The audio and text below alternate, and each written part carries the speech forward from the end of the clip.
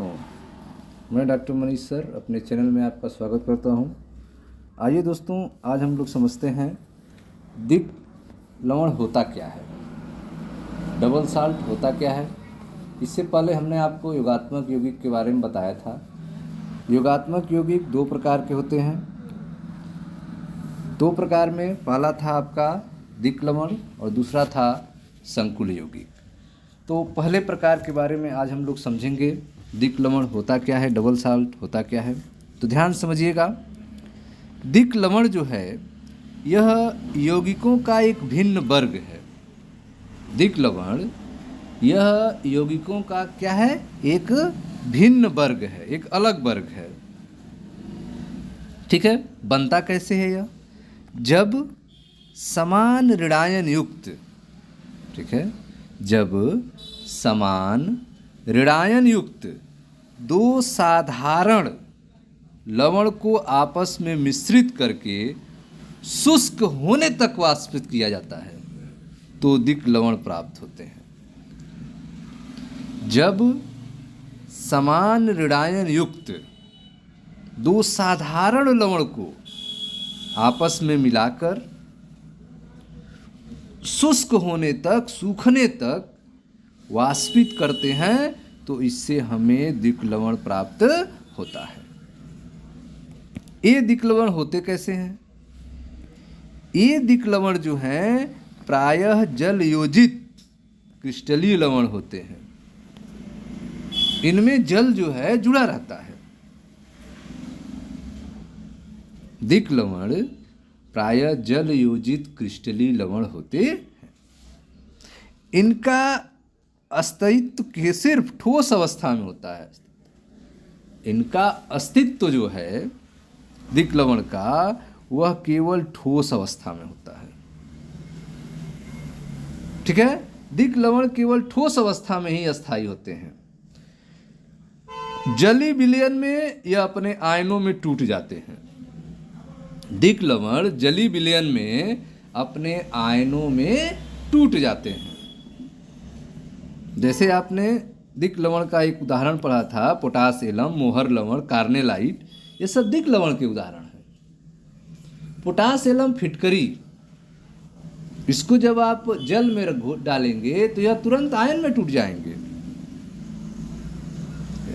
तो दिक् लवण का अस्तित्व जो है वह सिर्फ ठोस अवस्था में होता है। जलीय विलयन में यह अपने आयनों में पृथक हो जाते हैं, आयनों में टूट जाते हैं। दिक् लवण बनाए कैसे जाते हैं? तो आपने देखा कि जब समान ऋणायन युक्त दो साधारण लवण को आपस में मिश्रित करके शुष्क होने तक वाष्पित करते हैं तो दिक् लवण प्राप्त होते हैं। दो समान ऋणायन युक्त एल्युमिनियम सल्फेट, पोटेशियम सल्फेट को आपस में मिलाएंगे,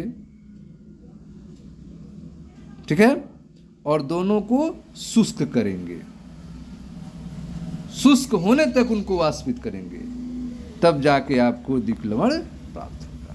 और इनका अस्तित्व केवल ठोस अवस्था में होता है। जल में यह आयन में टूट जाते हैं। ठीक है, आगे देखें। इन लवणों में धातु आयन अपनी सामान्य संयोजकता प्रदर्शित करते हैं। इन लवणों में धातु आयन जो होते हैं वह अपना नॉर्मल जो बैलेंसी होता है, नॉर्मल जो संयोजकता होता है वह प्रदर्शित करते हैं। ठीक है, इन लवणों से 3 आयन बनते हैं। दिक् लवण से कितने आयन बनते हैं? 3 आयन बनते हैं। 2 सामान्य धनायन बनते हैं और 1 सामान्य ऋणायन बनता है।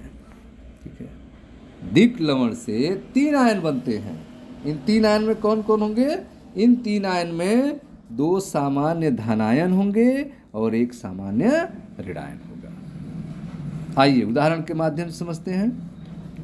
मोर लवण, मोहर साल्ट, ठीक है, सूत्र क्या होता है? Fe SO4 dot NH4 twice SO4 dot 6H2O।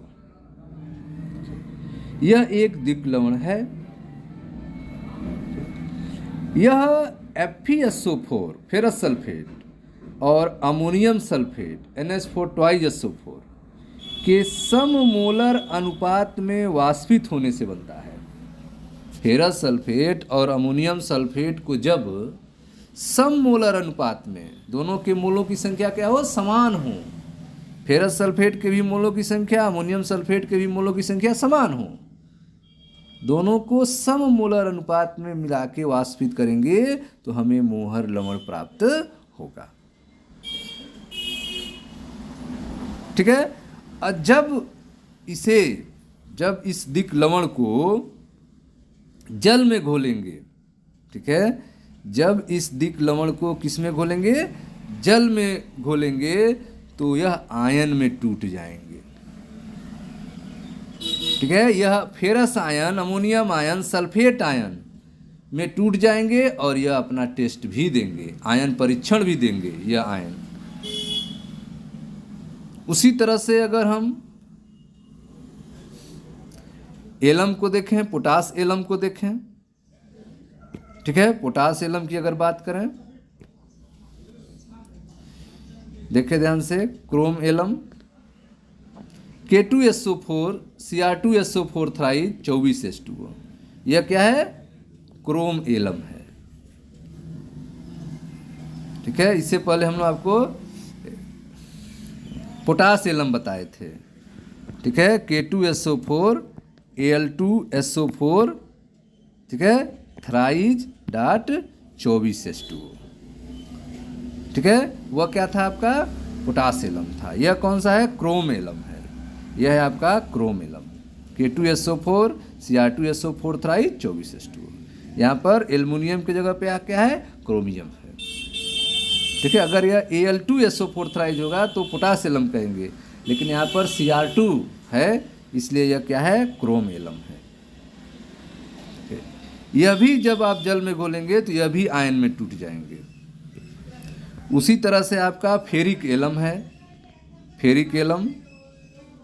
Ferric alum में आप देख रहे हैं, इसका सूत्र है NH4 2SO4 FeSO4 thrice 24H2O। यह भी क्या है, एक डबल साल्ट है। पोटास फिटकरी K2SO4 Al2SO4 थ्राइज 24H2O।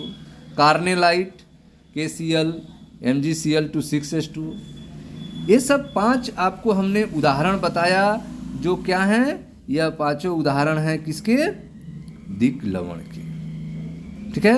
पहला उदाहरण आपने देखा, कौन सा, मोर लवण, मोहर साल्ट। ठीक है।